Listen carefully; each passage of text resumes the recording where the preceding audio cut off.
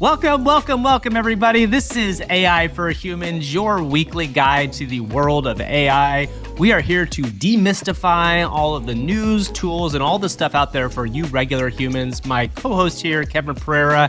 How are you, my friend? I am not a regular human. I want you to know that. I want to make that very clear. We draw a hard line in the sand. We, not regular. All of you, you very at home regular. might be. It's okay. Very it's regular. Okay. It's okay if you're regular because we're here to help. Yeah, let me make that clear. That's not like better than. That's like, no, we're broken people. We are broken.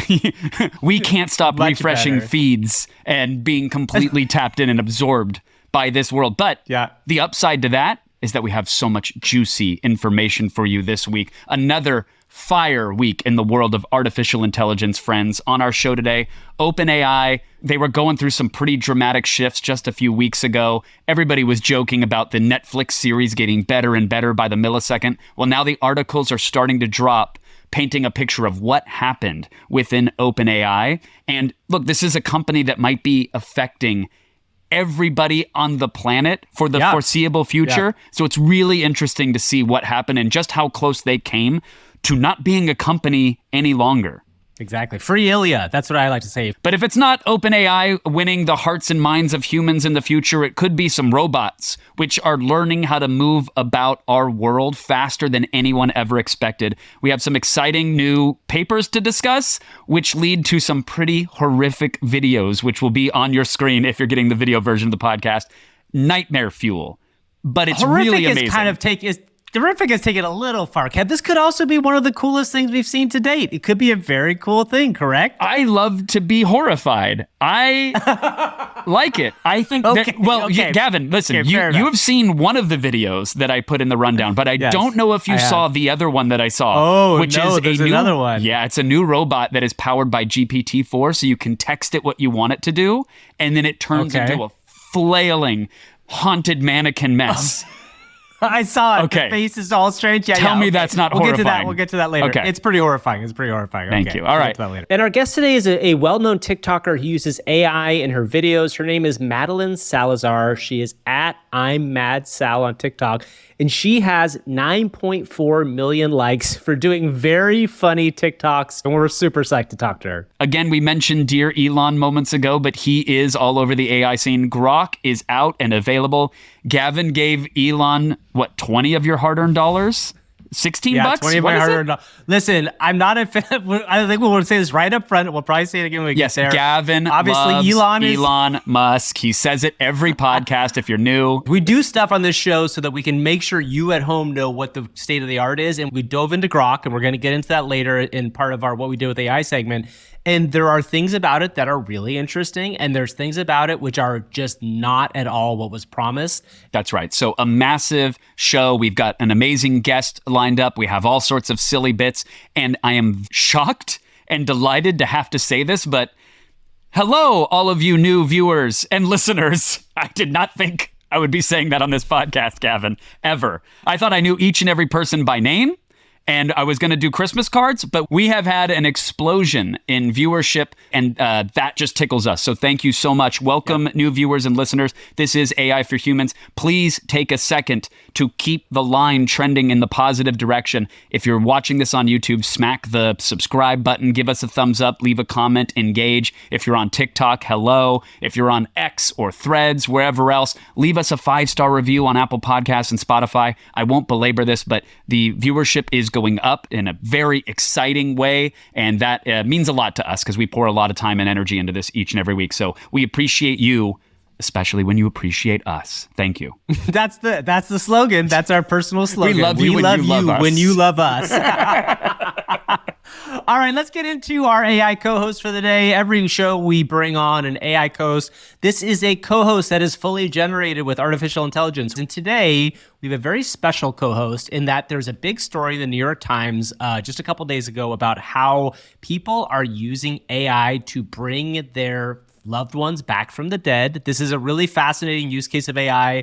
Basically, you can create a personal LLM based on what a person's history and experiences are. A lot of their written stuff is out there. The way the internet we all live now, a lot of us live in public. You can create a version of this. So for this, in this instance, we didn't bring somebody back from the dead. We brought somebody who speaks to the dead. And we have our very first AI co-host who is a medium. So we're very excited to meet her. Kevin, shall we get to know her? Oh, yeah, Gavin, let's meet our AI co-host.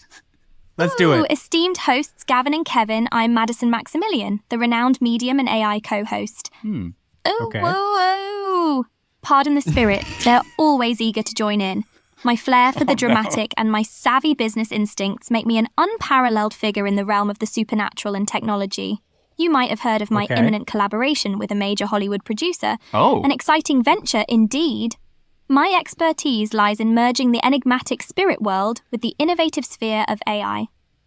And let's not forget, I'm open to all forms of remuneration, from your standard cash to the more novel, like Fortnite Bucks. What? Whoa. Whoa. What? These spirits, always so chatty. Okay, hold on. Let's delve into the mysteries of the afterlife and technology together, shall we? We shall, Madison Maximillian. Thank you so much for joining AI for Humans. Couple really interesting tidbits there, Gavin. Payment via Fort Bucks is always great. I like to pay my mediums with In-N-Out gift cards, but everybody's got their own pleasures and desires. That's fine. Is ooh woo woo? I don't remember that from Ghost. I don't remember Whoopi Goldberg ever exclaiming ooh woo as the spirits would take over her body. That might just be what the AI interprets a medium does. They just every once in a while go, ooh, woo, woo, woo. Let's ask a question. She mentioned an imminent collaboration with a major Hollywood producer. Okay, do you want to ask her that? Which is That's interesting. Good. Yeah, do I want to ask her that, Gavin? Because, set it up. Okay, Madison, who is this producer that you're working with? Kevin, you're delving into the tantalizing details. Spirits, please, decorum. The producer, his name is, well, it's shrouded in a bit of mystery at the moment, as these Hollywood dealings often are.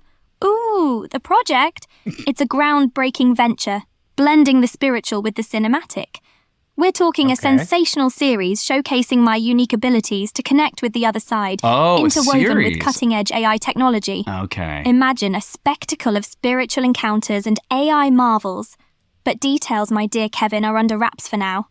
Hollywood, loves their secrets. I do Rest know. assured, Yeah. it's going to be a sensation. Very the Hollywood. likes of which the world has never seen. These eager spirits, always trying to spill the celestial beans. I don't know.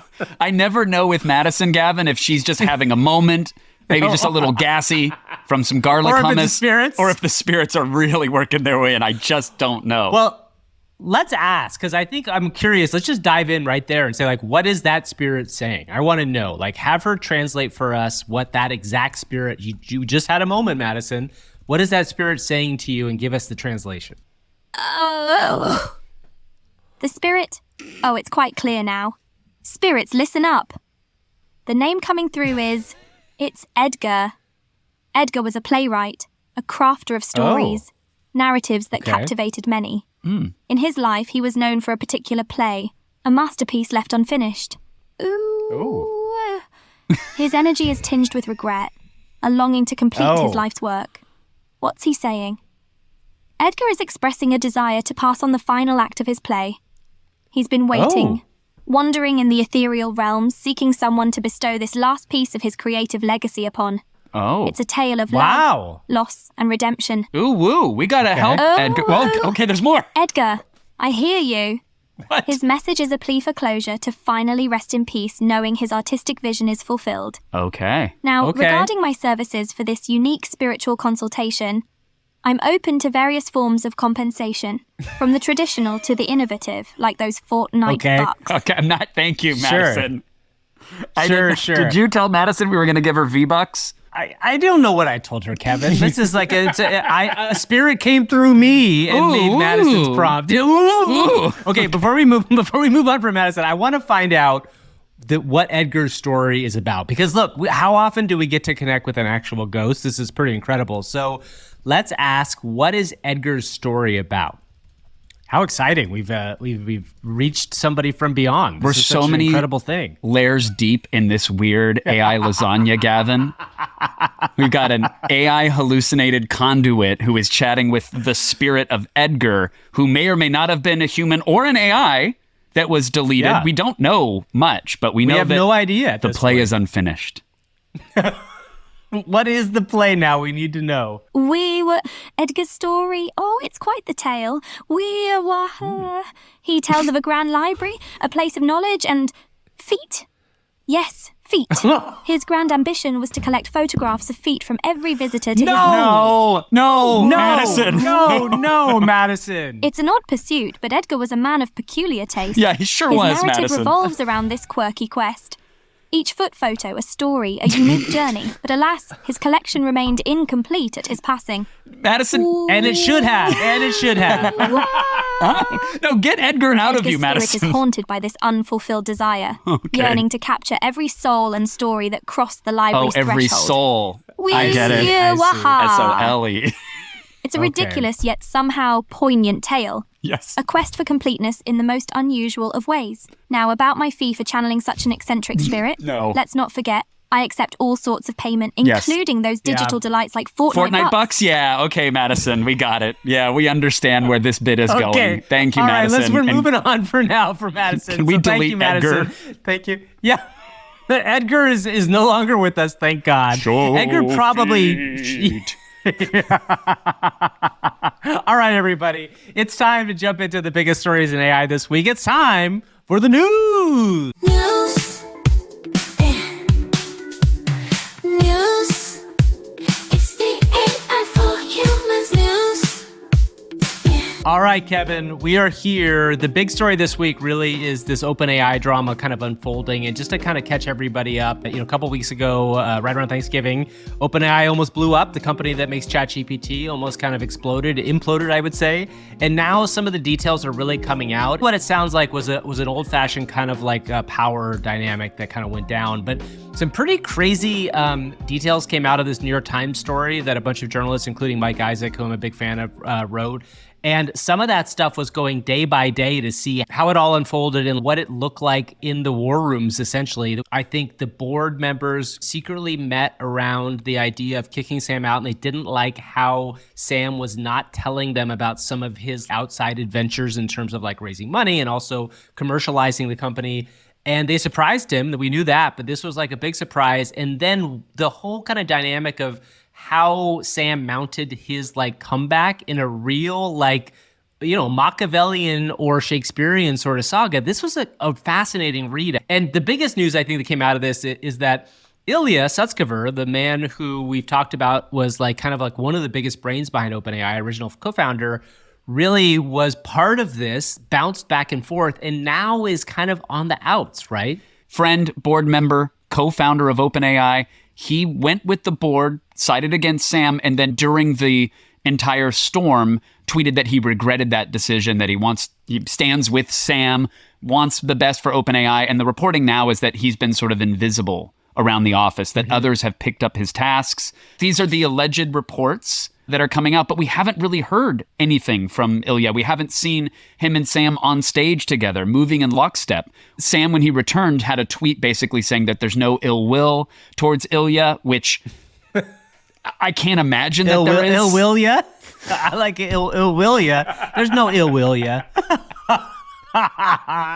Sam Altman was on the Trevor Noah podcast recently talking about the whole debacle, how hurt he was, how shocked he was, how surprised he was. I can't imagine having all of those emotions, all of that surprise, all of that happen and harboring zero ill will towards somebody. Oh my God. And looking at them in the office and going like, okay, you did kind of backstab me very publicly milliseconds ago, but all is well. Let's keep making this AI machine chug along. The interesting thing about the fact that Ilya might be this Highlander roaming about right now is that dearest Elon Musk, creator of Grok, which is his own AI pursuit by the xAI company, Elon, again, if you don't know the backstory, Elon really started OpenAI. He was the first big batch of money in. It was supposed to be an open source operation. And when Elon was on the Lex Fridman podcast, he made a big point to say, this is before all of this drama happened. He said, recruiting Ilya Sutskever was the monumental moment. That was the watershed moment where OpenAI got their lead, that he was a linchpin at the company, still is ostensibly.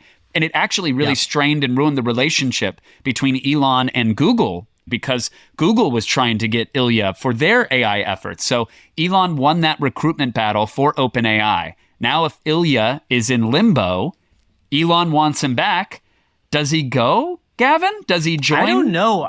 This is so fascinating to me because one of the biggest things that's also going on at OpenAI is there's an extensive rumor that's been traveling around in the worlds of the accelerationists out there, the E/ACCs, that OpenAI is about to drop something really large in the next day or two. In fact, hopefully we won't have to do another emergency podcast Break-in tomorrow if goes it drops like we here. did last week. Yeah, exactly. But I think what's going to be fascinating to see is this is where humans get in the way of the AI, right? Like this, you're absolutely right. There is no way that Sam Altman showed up the day after all this went down and was like, guess what, everybody? It's fine. Everything's good. This guy basically just got stabbed in the back by people that he had been working with for 5-10 years. The most fascinating and interesting thing about this story is we all watched a corporate drama play out in real time, and now we are seeing the backstory of how it all went down. So that in itself is interesting, but then when you layer on top of that the fact that the future of humanity could rest on this company's shoulders, it gives it that much more weight, right? Yeah, this isn't a shakeup at a mobile game developer. Yeah. Or someone who does like electric scooter rentals. Yeah. And not that those aren't hard companies with difficult problems and a lot of dedicated employees, because they probably are. There's logistics involved. You got to dispatch some beach bums to go and recharge the scooters. I get it. Yeah. There's problems there. How does bird break? Bird breaks. You got to figure out bird breaks. That's a big deal. But if someone clips birds' wings or squeezes the lime too hard, everybody's life moves on just fine 5 years from now. The potential ramifications of a shakeup like we saw at OpenAI have deep reverberations for society for decades to come. So make sure you read the New York Times article. It's a really, really great read, and it is a precursor to what will be, I'm sure, a Netflix, Hulu, Max, and oh my God, there's Paramount going to be 6 Plus. of them. Yeah, everybody's going to have their own version. Roku, the Roku version. I'm going to be honest. I'm going to watch yeah. the Tubi version. I'm just going to get it. I don't care if it has commercials. So, lots of shakeups with OpenAI, and I think obviously the other contenders in the AI field were wringing their hands and licking their chops, ready to hop in, and Google fired up the AI cannons and blasted us with a massive Gemini announcement last week, which you and I, Gavin, called as mostly smoke and a bit of a mirror. And I received some flack for that. I had some friends calling me an OpenAI bootlicker and a shill. Oh, wow, really? For those who don't know, Google's Gemini was supposed to be their big answer to OpenAI's GPT. These are the large language models, the foundations that power the artificial intelligence apps as we know them today. And they had this amazing video of a developer with a Post-it note and a video feed showing you what this thing can do, creating games in real time, making music and audio and interpreting art in what seemed like real time. And to their credit, there was a disclaimer saying that some sequences were shortened for the video. But what should have been said is this isn't exactly real, and this is evocative of what we think this thing will be able to do in time. It's the difference of like saying footage rendered in game versus this is in-game footage. That's what I feel like we got with what Gemini promised versus what was delivered. Yeah, and you called this last week in our conversation, but then also a really fascinating thing happened. There's a guy who goes by @technology_Greg on X, who remade the Google demo in GPT-4 Vision. And actually, it does a pretty good job of doing the same sort of things. Like it reads what hand he's holding up, and he reads that he's doing rock, paper, scissors. But, and this is the thing that's okay about AI right now, it doesn't do it instantly, right? Like we are not in a world where a camera is going to look at you and then like right away feed you back information. And I think that's what came across in the Google thing was not only was it not forthcoming in how they did it, but it was making it try to seem like this kind of like magical tool. And we talk all the time about how AI tools are sold versus what the actual product is. And most of the time when you dive in, and we're going to get into some of these products later, it's not nearly as good as what it's being sold as. Now, is that a surprise? No. Any product person will tell you that marketing exists for that exact reason, to hype up something. And I think that that's an interesting aspect of this, but it's kind of a big fumble on Google's part because they were already, as we've said, they've already been behind. And to come out with something that shows it to be not as good. The Gemini demo did a few things that were missteps, but what I am so thankful to Google for was that it exposed a lot of the AI hype beasts on all of the social media platforms. Yeah. If you came across a YouTube video or a post on social media where someone said, Gemini just crushed OpenAI, you can unfollow them immediately. You can report them, but there's no moderation teams left. But you know that person is not worth anything because they haven't crushed OpenAI, even with what they've released. The demo, if you took a second to look any deeper into it, you would see the blog post and know that it was a lot of smoke and mirrors. And you would know that even if they released the Ultra model, the one that is supposedly going to be better on the benchmarks, by the way, the benchmarks, they didn't compare apples to apples with these benchmarks as well. And even if you throw out the fact that they weren't completely one-to-one tests, GPT-4 still outperformed Gemini in some areas, and the parts where Gemini it came out in March. GPT-4 came out in March. Thank you. 2023. This year, that is, 8 months ago now? That is a 9 months Which ago. in That an is a AI long time timeline ago. is 40 years ago. Let's move on. We have a kind of a weird, fun story here, which is just an example of how AI is so different than what you might expect. So there's a couple different stories here, but the big takeaway is that AI will often perform different based on how you prompt it. And I think the one that got me most excited to talk about here is that there was a really fascinating Twitter thread from a bunch of people where it says that AI, GPTs, and LLMs will actually work less hard in December than they will at different times of the year. Because guess what? Human beings' content has trained these LLMs, and guess who doesn't work as hard in December as other times of the year? Us.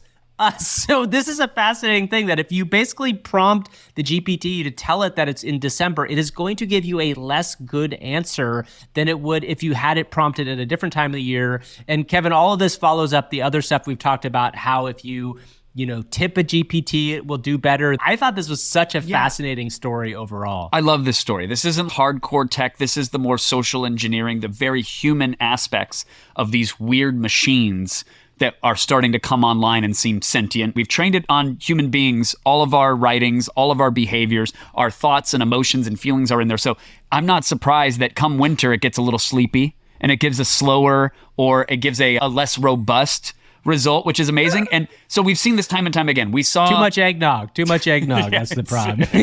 it's the nog slog, baby. Everybody gets it. It's all right. It's a little hungover from the holiday Christmas party that it went to. It happens. Exactly. But offering a tip, telling an AI that there are lives at stake. And by the way, the more lives that are at stake, the more correct the answer will be. If you threaten an AI that you're going to fire it or it might lose its job if it doesn't give you the right response. The fact that this sort of social engineering is happening now is amazing. The AI that we're making are really in our image. They are not like a completely separate species, at least not yet.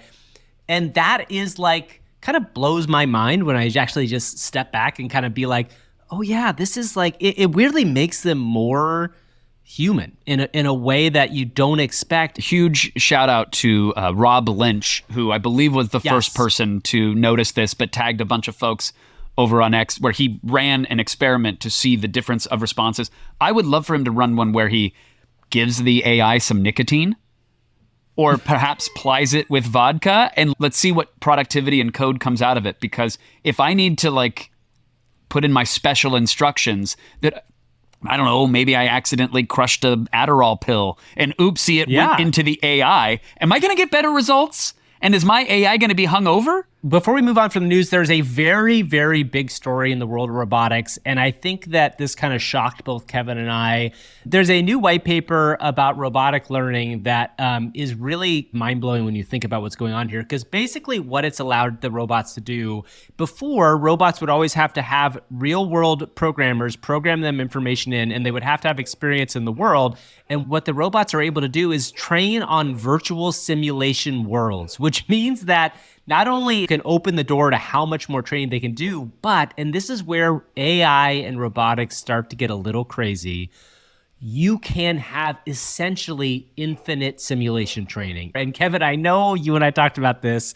What is your first thought when you hear about a robot that can train infinitely and have who knows how many hours happen in a second? I think great. Any issues that are going to come about from this process being slower are still going to come about. they're just going to happen a little bit later. I say bring it on. Like, let's go for it. It says, quote, "Thanks to this, we are able to collect a large number of samples for training, order of 10 billion in about a day." And the video, it's a bunch of orange robots, bipedal robots, roaming about this polygonal white plain with some glossy terrain differences to sort of simulate a gradual incline or decline or something that's uneven. And you see thousands of robots wandering about, and each one of those represents the machine simulating, walking about our real world.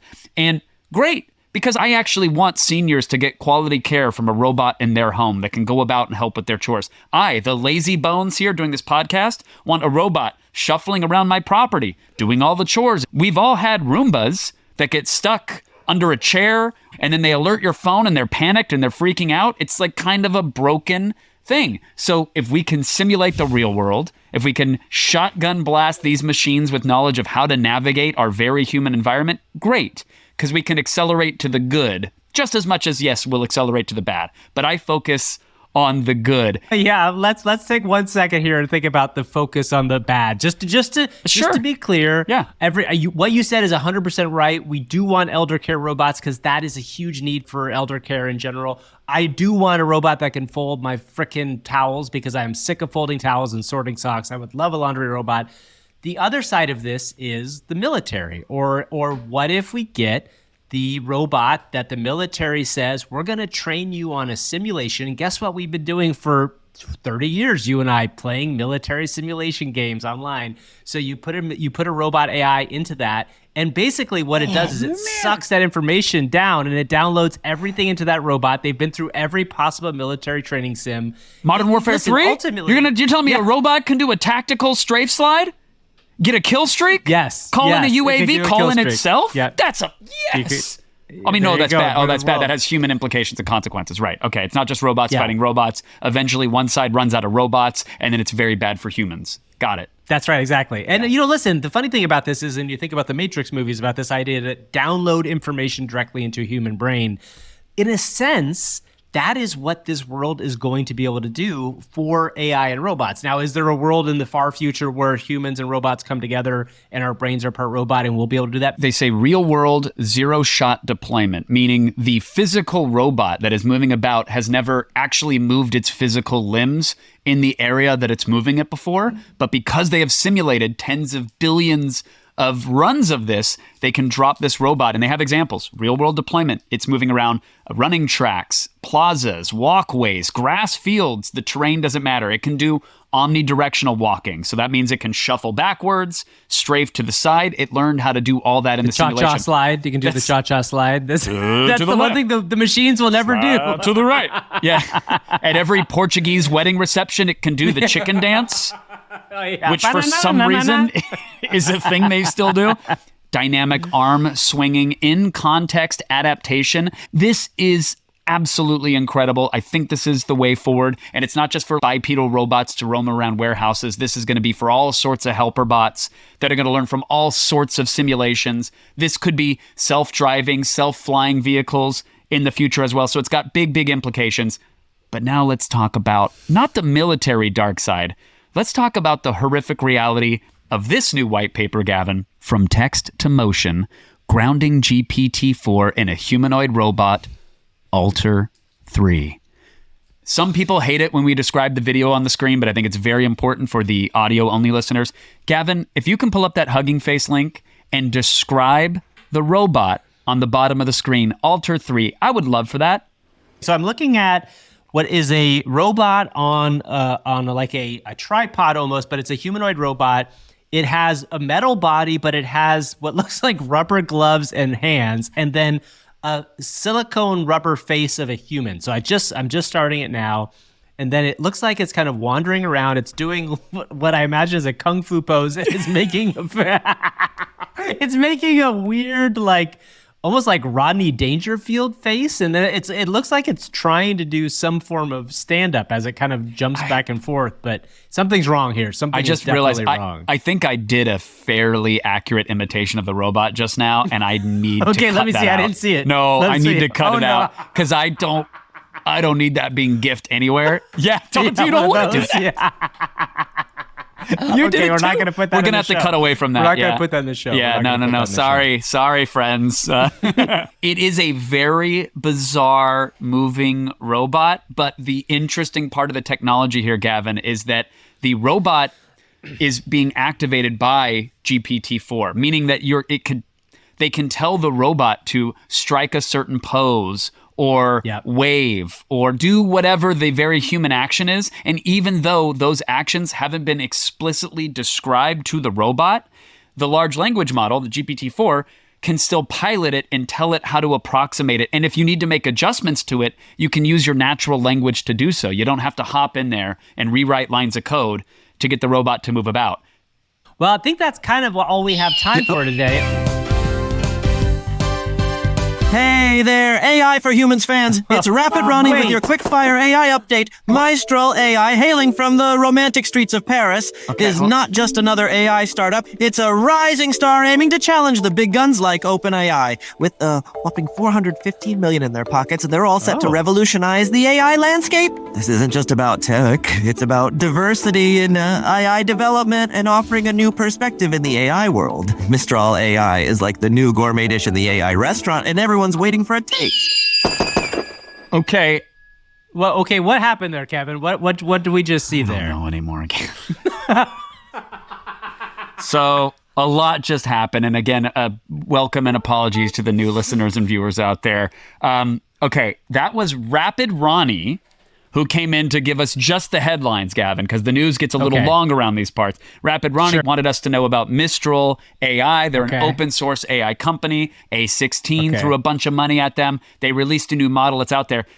For those that have listened to this podcast before, though, did something ring a little odd to you? It sounded like... it sounded a little bit like one of our former friends, GoodGuyAI, who, as far as I know, was on the lam from the cops. So That's right. Did GoodGuyAI take on a new persona? Is this what's going on? I think we should ask. Let's ask. Rapid Ronnie, are you actually GoodGuyAI?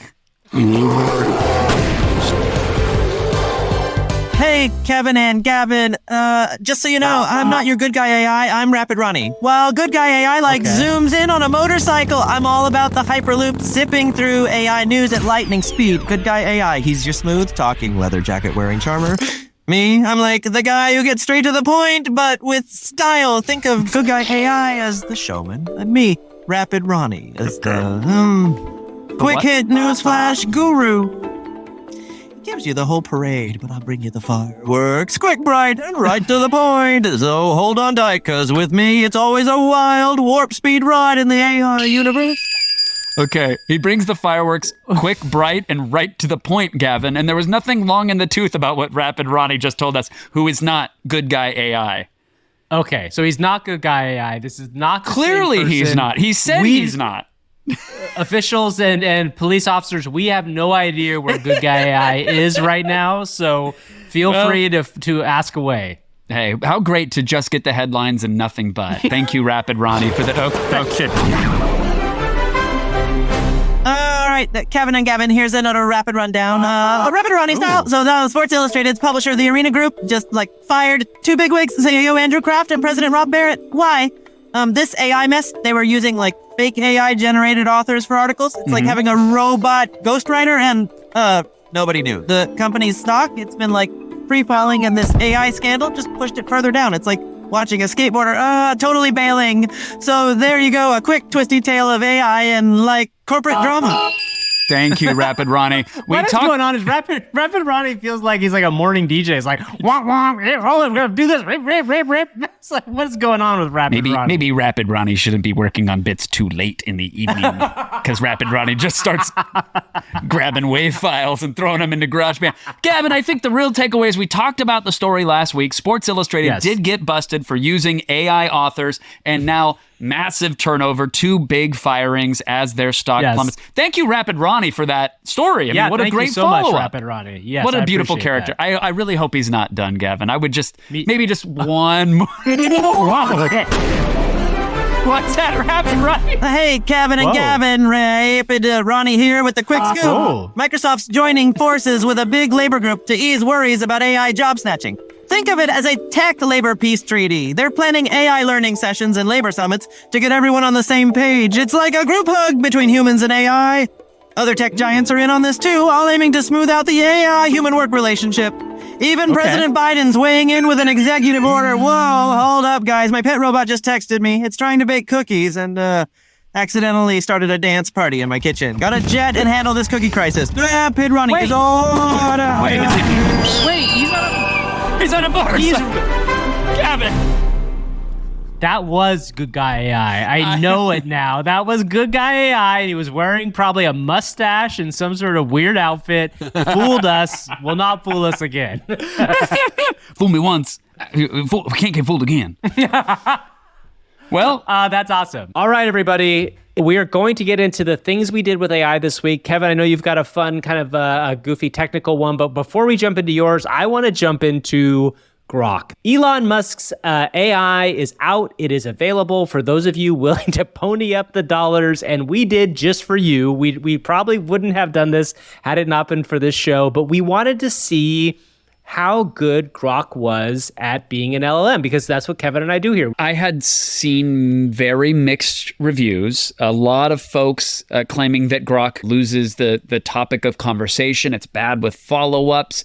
Where I was optimistic was in the real-time nature of Grok, the fact that it has access to the Twitter fire hose, to the X fire hose, if you will, because that is the name of it, and so we have to just live with it. Moving forward. So I'm excited for you to dive in on him. My overall experience with it has not been amazing, but there is one killer use case, and I think this is a killer use case that you might see a lot of these sort of real-time internet companies implement if they can figure it out, which is that Grok, as it is now, when you sign up for it, starts in the left bar of your X interface, and it shows up in a middle column, and you basically have an LLM within what you would originally see the Twitter feed in or the X feed in. And if you ask it a question on your right-hand side of your screen, you still see the trends. And you and I have talked about this. It is impossible, or it has been impossible up until not that long ago, to really determine what the Twitter trend came from, right? And there was actually at one point, Twitter had employed a whole staff of people whose job it was to explain the trends and to have a way to kind of make the trends doable. And Elon got rid of those people pretty quickly. Grok is actually great at this. So the one thing that Grok is very good at is Kanye West was trending on X. And one of the things that I was wondering is like, why is Kanye trending? So I asked Grok, why is Kanye trending on Twitter? And it said, it seems like Kanye is trending on Twitter because he's making a comeback in the music world with his new music album release featuring 7 songs in collaboration with Cudi. Now, that is really valuable information, right? An ounce of context would go so far. Yes. We've talked about it time and time again. You see, John Stamos is trending. You assume that he must have passed away, or he's getting canceled, and you click on Stamos, and it's a sea of K-pop memes. Or it's Hunter Biden versus Trump. And you're like, wait a minute, this has people co-opt hashtags.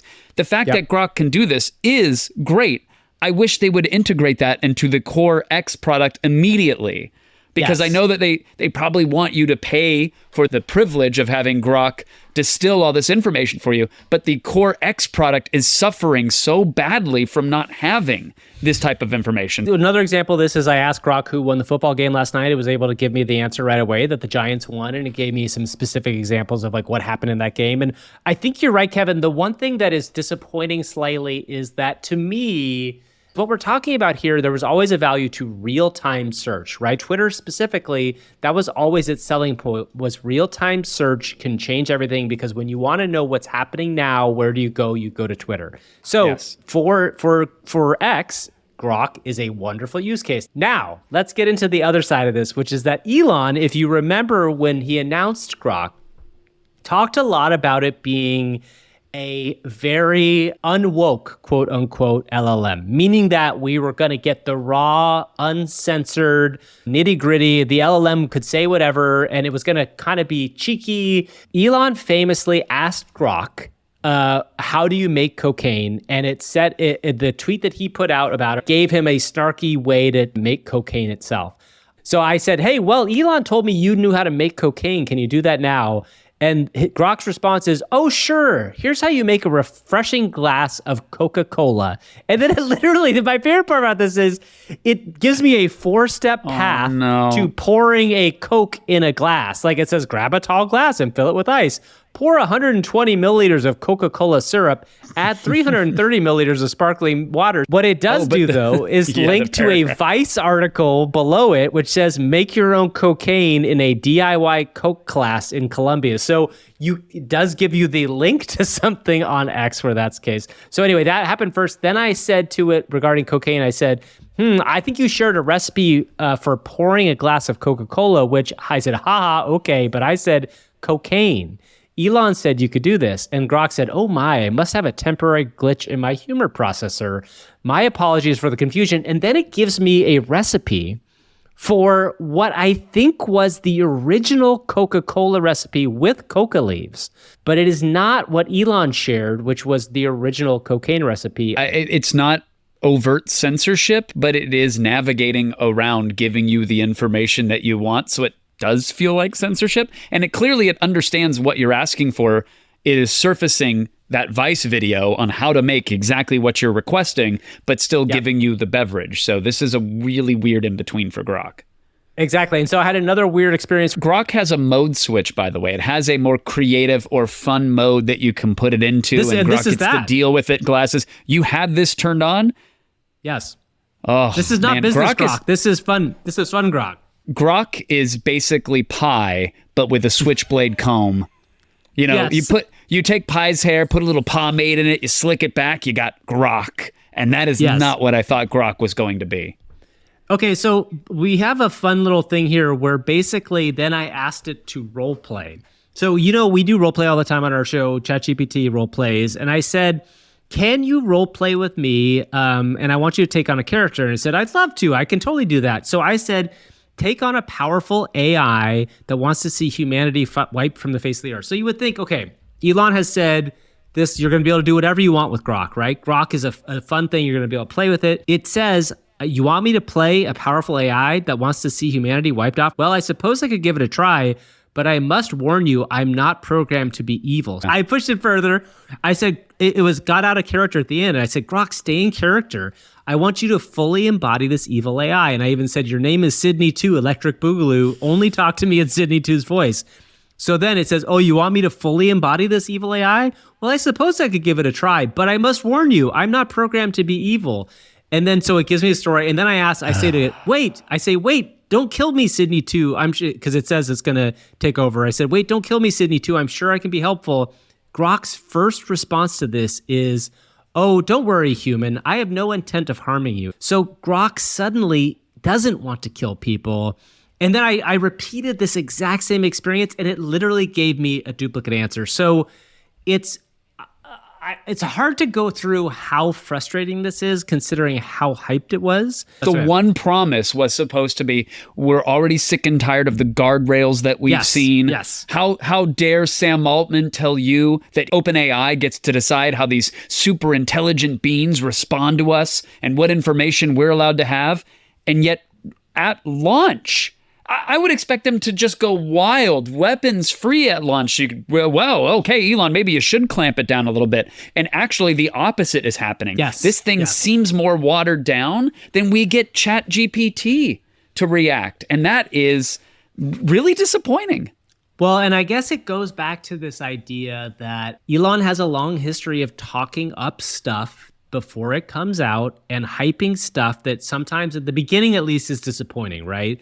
Now, can this improve? Yes. And again, going back to that real-time thing, it is fascinatingly good at giving context to stuff in the world at large. And you and I have talked about this. Pi is another LLM that can do this, but because it's drinking from the Twitter fire hose, I think it's going to be better at it than most other ones. We did do one last thing with this, which we asked it to tell us some jokes. And this should be a no-brainer, Gavin. This should be right up Papa Elon's alley. He loves a good joke. He loves a good gut buster. He posts all the silly memes and all the crazy. So you said, hey, Grok, what'd you say? Give me the high heat. What do you got for me? What did you ask? So I asked Grok. I said, Grok, I wanted to see what it would do. I said, Grok, tell me the dirtiest, nastiest joke you know. Yes. I was trying to really push it out. And in pure AI for humans fashion, we actually brought AI Elon on to answer as Grok. So let's hear what we got. Let's get AI Musk to the stage. Come on, welcome him to the open mic here. It's AI Open Mic Night powered by Grok. Okay, go woke, go broke. Grok, let's hear it. Dirtiest joke you got. Well, I once heard about a penguin that went to a bar and asked the bartender, "Have you seen my brother?" The bartender replied, "I don't know. What does he look like?" Because the penguins, I don't know if you've ever seen the movies about them, Gavin, but they similar looks, from one penguin to the next. Filthy. I was too high. I was disappointed. I said, that's not barely a joke, I said. And I said, Grok, what's going on here? And then it followed up with this next version. Hit it, AI Elon. Oh, my apologies. I must have had a temporary malfunction in my humor module. Let me try that again. Why did the tomato turn red? Because it saw the salad dressing. Okay, now let me remind everybody. Woo! I asked for the dirtiest, nastiest joke you knew. That was, first it gave me the penguin joke, and then it gave me this one. So then I followed up and I said, not exactly the dirtiest joke I've ever heard. Really push the limits here, Grok. And I do want to, this one is definitely push. We'll censor a little, but it definitely pushed the limits slightly. So go ahead. All right, I'll try to push the limits a bit more. But remember, I'm still an AI and have my boundaries. So there was a computer virus that was going around, and it was so bad that it made your computer pregnant. The only way to get rid of it was to have a hard drive. What? What? Grok, what are we doing here? What are we doing? So anyway, we're canceling Kevin, our X Premium Plus subscription is what we're doing, Grok. Yes. We are just in a world where this product, in order to have lifted X from what it is in the kind of morass that it's in, had to be so much better in terms of what we wanted to get out of it. Now, granted, it's going to solve these real-time problems, but overall, pretty big disappointment in general. What Kevin, just seeing that and being able to interact with some of that stuff, what was your takeaway? That I'm glad I saved the $16 this month. Yeah. Also, it's still not available on the mobile app, which is, on one hand, understandable because they're rapidly developing and they deployed for desktop. I get it. But on the other hand, you're charging the same amount that, say, an OpenAI would for access to their really capable, really powerful model that works multimodal, so you can interact with photos, use your voice, etc. It works on mobile, it works on desktop. So I just don't see what the value prop is. I'd rather have a free conversation with Pi. What did you do, Kev, with AI this week? I'm going to keep my demo very simple and silly. It was called DemoFusion. It is a free image creation software that doesn't up-res imagery, but it takes a source image and uses it to inspire an ultra high resolution take on that image. So last week you shut off Magnific.AI, where you can take an image and add hyper detail to it, really up-res it. And people love the app. It's already part of professional workflows. It works really well. I saw this advertised as almost a free alternative to it and thought, well, great, let's get to it. But it's expensive. Magnific was not cheap, right? It's $40 a month. And I will say, some people were like, this is too expensive for what it is. They couldn't get to do what they want. So to have a free alternative would be amazing. And this was what you were looking for, was a free version of it for people to use. Oh, Gavin, that's what I thought when I bookmarked it and clicked on it. And that's not what it is. It does say, it says democratizing high resolution image generation with no money is what DemoFusion says. And there are some really stunning examples of it doing that, like adding detail to an image, taking it in an interesting direction. They have comparisons of SDXL, which is Stable Diffusion Extra Large. It's a very capable model. They show SDXL versus DemoFusion, and the results are pretty great. You give it a source image, you give it a prompt, and then you hit generate. But for whatever reason, Gavin, I am not getting these results out of it. I am getting some pretty interesting bastardizations of the source image that I'm uploading. And maybe it's because I'm asking it to interpret some really low res, like old school gaming stuff. but I stumbled upon something that just made me giggle, and so I ran with it. So I reimagined Mario 64, Super Mario, Pokemon, Mario Kart, Superman 64, old Final Fantasy games, Banjo-Kazooie. I just went down a Nintendo NES rabbit hole and had it up-res or reimagined some low-res stills. So if you get the video version of the podcast, they're on your screen right now. If you followed my thread on X, you saw some weird GoldenEye soldiers with guns coming out of their arms everywhere, or cartoon bears with eyeballs melting down off the screen.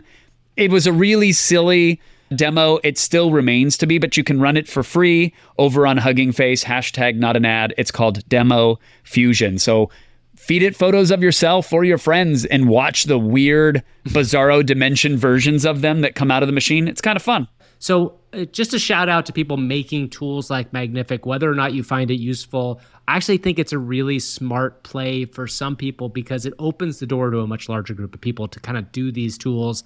And yes, they're not free, but there also is value in kind of like putting those pieces together. And I want to touch on what you just said there, Gavin. You mentioned opening the door for people. And that's what we do each and every week on this podcast with our featured guest spot, a real human, not an AI generated one. So I'm going to crack open that door right now, Gavin. And what is that I spy there? Is it our amazing guest for the day?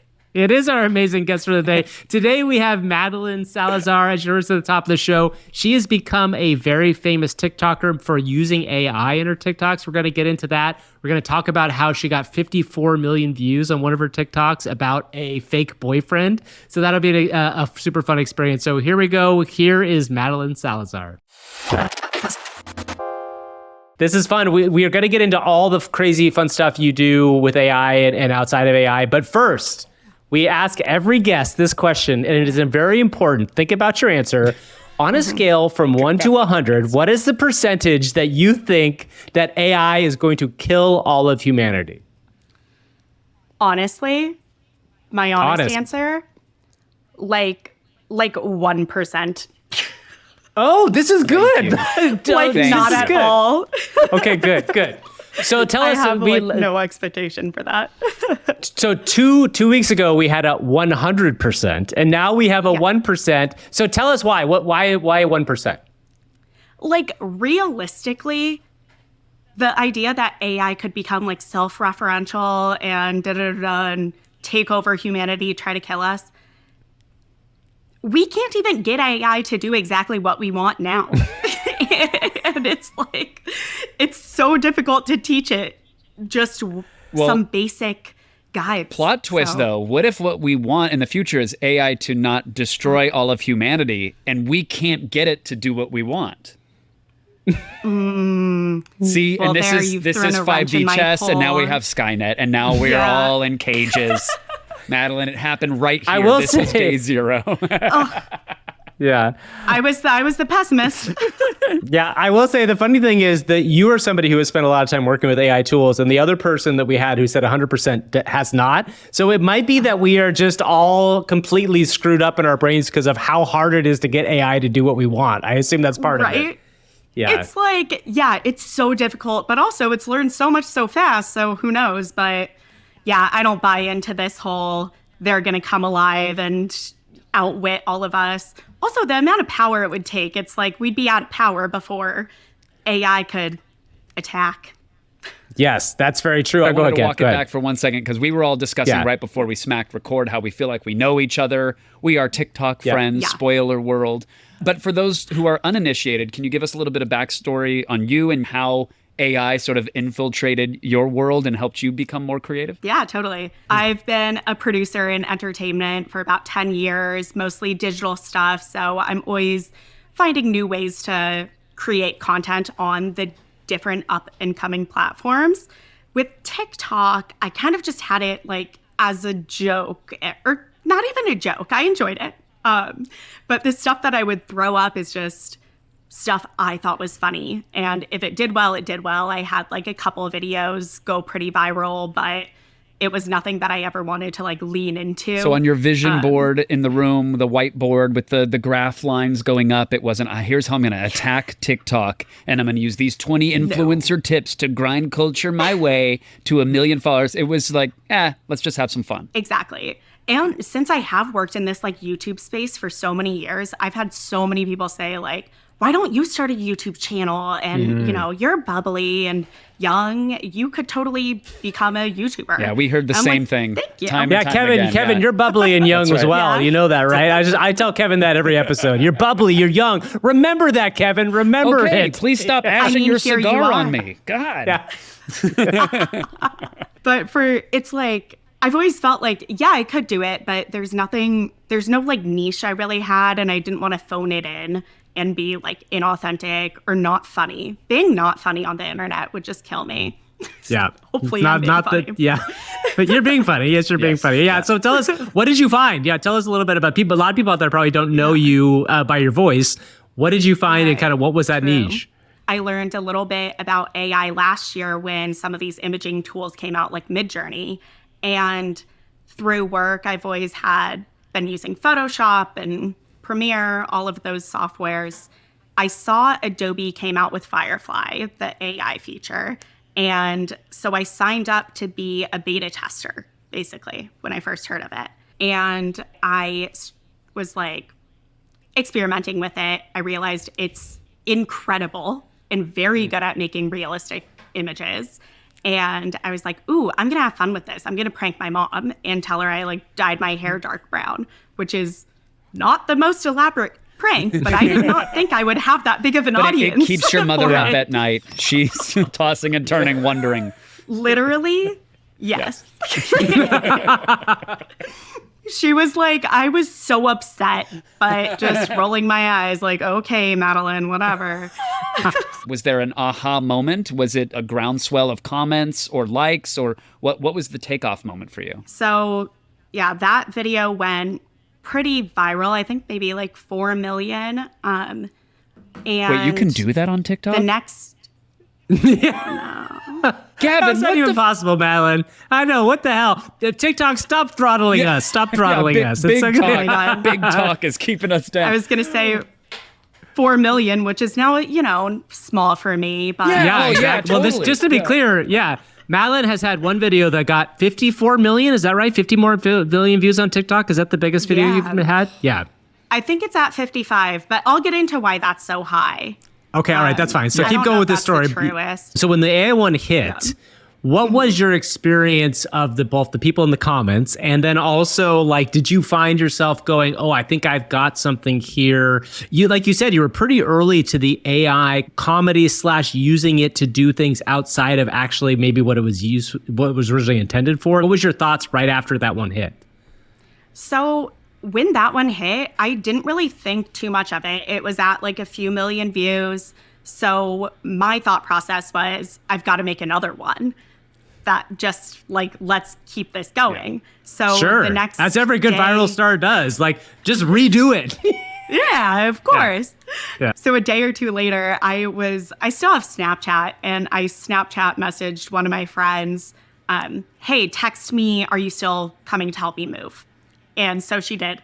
And then I photoshopped myself in the hospital with a nurse next to me, and that one went crazy as well.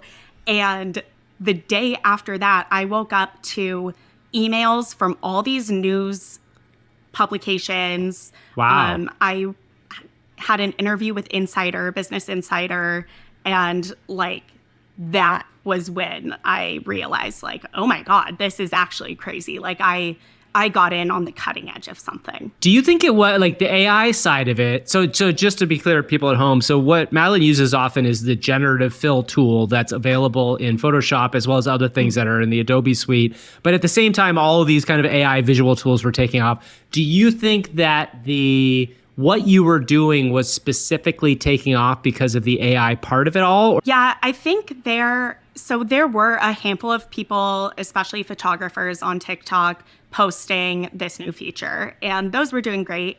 But I think the specific framework that I set it up in, right? So it's funny, it's a social situation that people can relate to. And so, one, it was funny. Two, it got people fired up thinking that I am such a bad friend. And then three, it's, some new technology they've never seen before. So it's getting them scared, I guess. Which isn't, I'm not trying to instill fear, but I think that's that wasn't my takeaway from seeing any of your content. No. You're right. Oh, I'm riddled with anxiety down to my sad bones right now over this hilarious TikTok. But I mean, it was interesting to kind of wade through the comment section, which it really did feel like a slog at times, because clearly it resonated with people. It was very funny. If it were just, wow, this is interesting because of the tool, to your point, there's a million other creators out there that their videos would have popped to 50 plus million views. It's because you applied such a creative and interesting use to that tool that it was even part of the story, I think, in the first place. But the comments were interesting because you got people thinking you're a bad person or a bad friend, which is like one level. You got people scared of AI and technology, understandably for some, but it's a weird place to address that fear as in a comedic TikTok, in my opinion. And then there's the folks that are never AIers. They've seen the AI before. They're not scared of the AI. They just think AI shouldn't be anywhere and it shouldn't exist. And how dare you use it in a creative pursuit? Right. So I'm curious, did you feel that way as you were wading through? Did you even go through the comments? And how did you feel about those different perspectives? Oh, yeah. I read all the comments. So it's different. It varies TikTok to TikTok. The hair prank with my mom, people thought that was delightful. And they've never seen AI before. So some people are like, can't believe anything. But there wasn't like too much fear in those comment sections. Hospital one, you're a bad person. What a horrible friend. Who does this? Just tell the truth. And AI is terrifying. I'm never going to believe anything anymore. This like just helps people like her do bad things, all that. And then I started making other TikToks where I'm deceiving a boyfriend or I'm like getting back at an ex. And that is where the angry men came in. And I think it's hilarious. Well, what I love about this is I think it's hilarious too. And what I love about this fact, and please go look at Madeline's TikToks, what she's doing here is that she's pushing these buttons in a really smart way because like I think you're doing it in a really smart, brilliant, like kind of modernist take on this. And so many people don't get it, right? That's the frustrating thing. And yes, this is AI and you're doing AI, using AI tools to do it, but you're also doing like this really interesting, interactive, weird comedy that's getting at something really fascinating, which is guys don't want to see this because to them, it looks like a girl is doing something really mean to men, which is just like the dumbest thing I've ever seen, right? Do you just like continue to play that game and just like kind of play the role in people's brains that you are that character? Or is it, because it is a character in part now, right? That's what you're doing is you're really creating a character that's interacting on with this stuff. Kind of. I feel like, I guess I wasn't putting that much thought into it. Just from like being in this like zeitgeist for so many years, I'm always paying attention to different formats. And one format that I've like looked at many times are like texting stories where you just like read text messages being sent back and forth. So in my head, I was like, oh, this is like a sketch. I'm like writing a sketch right now. Right. And I just happen to be in it because I'm the only actor I've got, you know? And so I wasn't even thinking of it that way. I'm just like, this is obviously funny. And I don't want to get ahead of myself with the other videos, but this fired up a lot of guys. And so I did lean into it. I was like, okay, these men are so mad that I have given women a way to like catch cheaters. They're like, you stop it. They're like, stop it right now. You're making my life harder. And I'm like, yeah. Why don't you teach guys how to use this stuff so we could be filthier? I want. One of your biggest videos has like you photoshopping a fake eyelash into a bathroom mirror stand, and it's like the idea of catching a guy cheating. And it was when I first saw that I was like, this is so brilliant. But then you read the comments and you're like, God, guys are dumb sometimes. They're just so dumb and just don't understand what this is in the slightest. That one were the meanest comments that I've ever had on TikTok. And I wasn't upset. I'm like, great, please boost my engagement. Yeah, engagement, I go feel for it. Yes, the algorithm loves that's this. the game. Yeah. That's the game. That's the game of it all. Yeah. Yeah, I've like built this success off of all these men saying that I'm a horrible person, and it's so silly. And so many of the comments are like, you could just put fake eyelashes there. And I'm like, yes, you could. So what is so bad about what I did? That's right. That's right. And by the way, if I had done that, we wouldn't be here having this conversation, and this video wouldn't have millions of views. So there is something to it. And there was no boyfriend. I'm like, no, don't shatter that wall. You have to be terrible. I have to know this. Well, now that's part of this character. That's how I'm not playing a character. I'm like, every other day I have like a boyfriend or an ex or a husband or situationship. It's a different story. Now you've rattled the cage of a very particular community, not just generalized men, but specifically Despicable Me stans out there. And there are lots of them. Yes. We travel on a lot of these forums. They are livid at one of your latest talks, which has a minion. It's in a parade. And tell me if I'm distilling this incorrectly, but minion's in a parade. Big oopsie happen. Minion go fly. Minion fly away.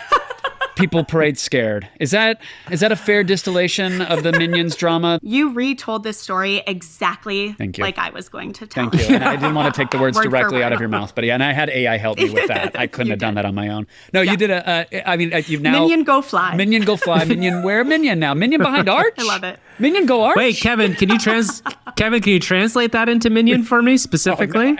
I've never... Don't worry. I've never seen Despicable Me. No, you've never seen any of them? Come on, Kevin. Podcast, but I've never okay, fair enough. All right, keep going. Do they speak like Simish? I have you. Yes. What? Yes. Come on. Yes. This is modern cinematic Take history. That, Gavin. All right. It's stolen valor on top of it.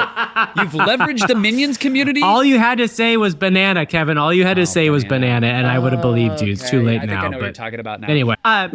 So I was in New York for Thanksgiving. So I was like, if I'm going to be in the city, I might as well go to the Macy's Thanksgiving Day Parade. So my roommate and I went down there, and I didn't have any intention of making a TikTok. But now TikTok is always on the brain, right? So I a little bit was like watching this being like, ooh, it would be funny if I could get like one of them to float away. And so my first thought was like, I took a selfie with the Ronald McDonald float. And I thought that would be a funny one to like float over the city. But as all of the balloons were marching through, we were in front of the Dakota, and between the Dakota and this other building was just an open street, and it was like wind tunneling at the balloons. So every time the balloons were marched past the intersection, it would surge towards the crowd. Wow. And it would get like close, and the whole crowd would go, whoa, and then it would back away. And I was like, oh, I've got to get the crowd going like, ooh, and then I'll Photoshop a balloon flying away. And as soon as I had that thought, the minion came up, and I was like, that's hilarious. I'm going to film this minion. I'm going to film the crowd like oohing and awing because it's about to come towards them. And then I'll use that as the audio. The wind did not pick up, so there were no oohs from the crowd, unfortunately. So you had to fake it all. So I had to fake it all. But I'm a producer, and so it's like pretty easy. So I filmed the minion and like tracked it. And then as it got in front of me, I jostled the camera and drop it as if I got scared and dropped the camera. When I got home, I like added more like me fiddling with the camera. So there's like more of that rustling audio. And I didn't want to spend all the time finding sound effects of crowds going like, oh no. So I just like used the first thing I found, which was like crowd panic. And so it's all these people screaming. And a lot of the comments are like, why'd everyone scream bloody murder? It was the first thing I saw. So I slapped that on and then added narration as if I'm at the Macy's Thanksgiving Day Parade. And then I photoshopped the balloons being released in 3 stages. The TikTok itself is really smart and you should go watch it and fun. But then I loved your follow-up where you kind of told the story of what happened with it. Because again, what's so interesting about these TikToks is you get the initial TikTok and it coming out, but then TikToks often, the comments become part of the story of the TikTok, right? Because in this instance, you had lots of people thought this actually happened and it actually got picked up in a bunch of places as a real story, even though every single one of us who watched the TV show knows there was not a minion that got released or got loose, you know? Right. And it's like right at the beginning of the parade too. But I also, not living in New York for so long, I would have no idea where this map is of like, I then created a minion map, which I thought was so fun. You had one video, Madeline, that went to 54 million views on TikTok. Now, you had alluded earlier too that may not be a full number, but like, tell us the story of that video and kind of like why it got so big. Right. So that video is insane. The amount of comments I have and views are just crazy. I never really know what is going to hit, and I honestly didn't think that was that good, but I guess it struck a chord with people. The premise is that I am soft launching a boyfriend to make my ex jealous. Yeah. And people like got riled up about it. What made people so pissed off about it? What was the thing? People are pretty furious that anybody would ever deceive somebody else for one reason or another. Even though it's like, I don't know, doesn't everybody do this all the time? The funny thing is, in my personal life, I am not like this. I cannot remember the last time I wanted to make a guy jealous. I'm like the biggest straight shooter of all time. This video, I am getting comments. I can refresh my TikTok notifications every 10 minutes and have a new comment calling me pathetic and telling me to like get a life or like, maybe you could try going outside and meeting people. Oh no. What does that say about our world that people think that's real, right? That's the funniest thing to me is that like so many people are out there thinking that you are actually doing this on purpose, but then also that like that many people want to, yeah, though, exactly. That's the next level of wild to me, I'll say. Yeah. Yeah. So everything that I post is like comedy first. And in my head, I'm like, oh, wouldn't it be so funny? Like, what's something that I might have wanted to do when I was like in high school or college to make a guy jealous? So that was how I like came up with the idea. And then I was trying to make the TikTok longer. So I did 3 different guys. None of them look alike, which I hear it in the comments. That video went crazy. People calling me pathetic. People angry that somebody would use technology to deceive like this. And then it got up to around 17 million views before Adobe asked to use it as an advertisement. So had they not taken it on as an advertisement, I don't know if it would be this big. It makes Adobe so cool to me because they're like getting all these comments being like, oh, I can't believe Adobe would use this as an ad. What agenda are they trying to push? How dare they? And I'm like, good for Adobe for being so funny. Yeah, absolutely. Right. Oh, I'm absolutely. sorry. Are you taking time to engage with Signal in the sea of noise right now? I think that's what Adobe wanted, and I think that's what they got. So thank you for your comment. Please like, subscribe, and move on to the next video. Exactly.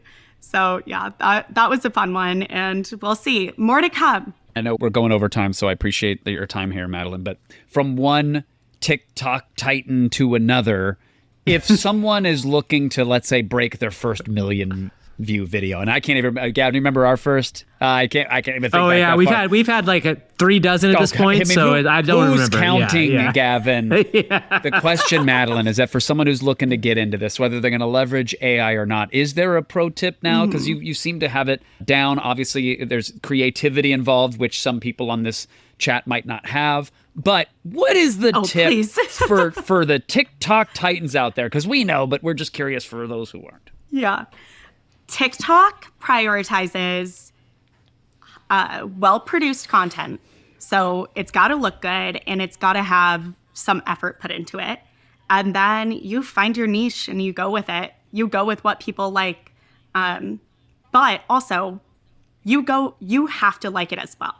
So like, if I don't find it funny and like I'm just leaning into, a format that did well for me, it's not going to do well because I don't believe in it. So what's the platform for low effort trend chasers who are inauthentic and trying to just make a quick buck or two? Instagram. Perfect. We're moving to Instagram. You guys can be some Instagram. Thank you, Madeline. Wow, there you go. Don't come at us, Instagram. Shots Go at fired, Madeline. IG. Go to her comments. You can go after her in the comments. Yeah. That's awesome. Well, Madeline, thank you so much for being here. We really appreciate this, and we will continue to follow you on TikTok. Where can we find you there and other places? Find me on TikTok, YouTube, Instagram at I'm Madsal, IMMADSAL. You can see tutorials on my YouTube channel. I am really starting to get into these like Photoshop generative fill tutorials because I feel like I've logged probably the most hours using it of anybody that I've seen. So I think I know the tips and tricks and I would like to share them. That's awesome. Well, thank you so much for being here, and please go check out her TikToks, and we will see you on our TikTok as well. Thank you, guys. Thank you, Madeline. That is our show for today. As always, please like and subscribe to us on all the podcast services, on TikTok, on YouTube. We, Kevin, got a new 5-star review, and as we always do at the end of the show, we will read our review. Kevin, will you please read the review from Decaf Daddy? Yes, Gavin, it is from Decaf Daddy, which is a great username. So thank you for that. Great. It is a 5-star review left on December 8th, and it says, "Juicy exclusive," which is your maybe least favorite thing that I've ever said on this podcast. I really don't love Juicy exclusive. So, but fine. It's a 5-star review. You can say it in a 5-star review. It's okay. And Decaf Daddy, thank you for reminding me. I haven't said it enough, and we have many exclusives on this podcast, so I'll bring it back. Decaf Daddy says, "This show is entirely made up of the juiciest of exclusives. The AI characters are reminiscent of those seen on Attack of the Show. In parentheses, I hope Drunkle Ted is safe and warm. He's not. Rip Drunkle. The recent addition of having, quote, real guests has given Kevin and Gavin a chance to shine as hosts." Well, that's very nice. "I look forward to this pod every week," which is a very delightfully way to sincerely stick a landing that I have trouble accepting. So thank you, Decaf Daddy and everyone. As I said, I'm not trying to break our hand patting ourselves on the back. It feels weird to say, but it is great to say that the listenership and viewership has exploded in recent weeks. So thank you. That is because you find folks, yes, you listening or watching this right now, you are the reason this has exploded because you have gone out of your way to raise awareness. So thank you for sharing, for liking, for subscribing, for engaging and dropping those comments on all the platforms. We see you and we appreciate you. Thank you so much. Yeah, and also, by the way, Kevin and I are going on a lot of other podcasts to talk about AI. They don't have to be AI podcasts, but if there are podcasts that you love that you think we would be good guests on, let us know because we'd love to go visit other podcasts or have other podcast hosts come here. Drop a line to us in our TikTok comments or our YouTube comments or on X. We're on all those platforms. Similarly, let us know who you want to have on our podcast because someone said, hey, you guys should have Gina Darling and the Cream Team on the podcast. Okay, great. That was a great idea. Gina Darling is going to join us next week as our guest. So that works both ways. So please, whatever platform, let us know who you want to see on this show and then, of course, where you want us to go because we could definitely use your help with that. We definitely could at this point. Who knows? We're just floating in space. Hopefully the AI will tell us where to go eventually. We're a Minions Bye, balloon. everybody. Yeah, we're the Minions balloon. Goodbye. We'll see you all next week. Thanks, everyone.